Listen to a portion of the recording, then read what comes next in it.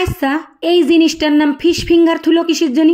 আমার মাথায় তো কোনোভাবেই আটতেছে না যে এর নাম ফিশ ফিঙ্গার হইলো কি করতি। মাছের কি আঙ্গুল হয়? আসসালামু আলাইকুম রহমতুল্লাহ। টুক করে চলে আসলাম ক্যাফে ডে লাইটে। ও বাবা, আইসে দেহি সেইরাম সাজানো গুছানো রয়েছে। ওই উদ্বোধনের 2 দিন পরে আইসে যেরাম দেহে গেলাম, আজকেও কিন্তু সেইরাম রয়েছে। কোনো কিছুর পরিবর্তন করিনি, শুধু টেবিলের পরে এই গাছগাছালি কটা বোতলের মধ্যে থিয়ে দিছে। তা যে সময় খাবার দাবার নিয়ে আসবে সেই সময় ওই কটা সরাই দিল। আইসে অর্ডার দেওয়ার সাথে সাথে থাল বাটি আনিয়ে দিয়ে দিল।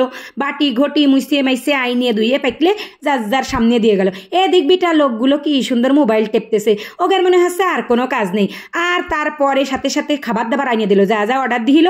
আধা ঘন্টা বসে থাকতে হয়েছে, তোমরা ভাইবে না যে যাওয়ার সাথে সাথে দিয়ে দিছে। বাড়ি যদি কও একটা ডিম ভেজে দাও দি, তাহলে সাথে সাথে যদি না দেয় তাহলে একদম ঝগড়াঝাটি শুরু হয়ে যায়। কিন্তু হোটেলে যাই 1-1.5 ঘন্টা বসে থাইয়ে সেই অর্ডার দিয়ে স্যুপ মেরে বসে থাইয়ে মোবাইল টিপে টিপে সেটা খাইয়ে চলে আসবে, একটা কোনো কথা কবে না, আবার টাহাও দিয়ে আসবে। আর বাড়ি যদি এরা মতো তাহলে তো বাবারে বাবা, কষা খাওয়ার কোনো অভাব ছিল না। তা যে কথা কতিলাম, ওই ফিশ ফিঙ্গার, তারপরে স্যুপ, অন্থন আর বলে নাসুস, এইসব অর্ডার দিছে। তাই এই জিনিসটার নাম নাসুস হয়েছে কিসের জন্য কদিন আমি কিন্তু জানি না। তোমরা একটু যদি জানো তাহলে মানে কয়ে দিও। ওই যে পাপড়ের মতন মানে নিমকির মতন বাইজে বাইজে ওর মধ্যে একটু মেয়োনিজ দিয়ে ক্যাপসিকাম, সাদা ক্যাপসিকাম আর লাল ক্যাপসিকাম কুচি কুচি করে মেয়োনিজের সাথে গড়ই মড়য়ে তারপরে দিয়ে দেছে ওর পরে, তাতে বলে ন্যাসুস হয়েছে। ও বাবা, আগে কোনোদিন খাইনি, হ্যাঁ না আমি শুনেছি, কিন্তু আগে জানতাম যে এই ন্যাসুসের পরে বলে ইয়ে দিয়ে দেয়, ওই যে কি যেন কয় ওরে, চিজ। কিন্তু এরা তার দিইনি, আমার মোটো ভালো ঠেকলো না। এই যে কটা আইটেম খাতি দিলে একটাও ভালো ঠেকলো না। তাহানে তো আর করার কিছু নেই, অর্ডার যখন দিয়েই দেশে ফেলাই তো তুই আসতে পারতিস না, খাইয়ে দিয়ে নিছি। খাওয়া দাওয়ার পরে কুটুম সাক্ষাৎ বিদায় দিয়ে আমরা চলে আসলাম সেই বিকে ফ্যাশনে।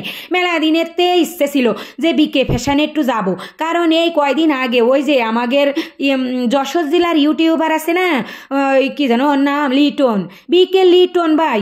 ওই লিটন ভাই কিন্তু একটা আলাউদ্দিন টাওয়ারের মধ্যে একটা দোকান দেছে, তার নাম বিকে ফ্যাশন রয়েছে। তা ওখানে জাতি গেলি এই রামডহের ডায়মন্ড ওয়ার্ল্ড পার হয়ে যেতে হবে। ডায়মন্ড ওয়ার্ল্ডের সামনে দেখো কি সুন্দর সাজাইতে হয়েছে, এই জগৎটাই বলে ডায়মন্ড দিয়ে তৈরি। যাই হোক, আমার ডায়মন্ড দেখে কাজ নেই, কারণ আমার কুকার বাপ কিনে দেবে না। এর পাশে আবার ফুচকাও বেচতেছে। এই দেখতে দেখতে বিকে ফ্যাশনের মধ্যে চলে আসলাম। আসিয়ে দেখি এক মুরব্বী চাষি বসে রয়েছে। চাষির তো কোনো কিছু বেচবে না এর মধ্যে মনে হয়, কারণ বিকে ফ্যাশন শুনিছি শুধু স্যামড়াই গে জন্য জিনিসপত্র, স্যামড়াই গে আর বিটাই গে জন্য। তাইতে বলে ভাবলাম খুকার জন্য একটা গেঞ্জি কিনে নিয়ে আসি। ও মা, এখানে আইসে দেখি ওরা কষছে কি ছোট বাচ্চাদের কিছু বেশি নে, তবে ঈদ উপলক্ষে বলে আনবে। তা আমি বললাম ছোট বাচ্চাকে তা বেসো না, তাহলে বেসো টাকা গেতা। দুনিয়াদারিতে কি সব বাচ্চারা বড় হয়ে গেছে নাকি যে সব বড় গেতা বেসপা? কয়জন বড় মানুষ আসবে? বড় মানুষ যদি আসে তাহলে তো তার বাচ্চাও সাথে নিয়ে আসবে। মনে করো কারোর সোয়াল আছে, তা সে সাথে করে নিয়ে আসলো। এখন বাপ একটা কিনলো, সোয়ালের একটা কিনবে। তা সোয়ালেরটা যদি তোমরা না বেসো তাহলে তোমাকে বেচা কিনা হবে? তা ওরা কলো কি না আমরা আর কয়দিন পরে আনবো। তা আমি কলাম কি তাহলে আমিও আর কয়দিন পরে আসবানি, আহানে চলে যাচ্ছি, কারণ আমার খোকার জন্য এখানে কিছুই নেই। তা এই বিকে ফ্যাশন কিন্তু আমাকে লিটন ভাইয়ের, বুঝছাও, যশোরের ওই যে লিটন ভাই আছে না, ওই লিটন ভাইয়ের বিকে ফ্যাশন। তা মেলা দিনের ইচ্ছে ছিল হেনে আইসে কিছু কিনবো, তা কিনতে তো পারলাম না, এরা বেচতেছে না। দেখি ঈদের গনে গনে আইসে দেখবানি কিছু বেচে কিনা।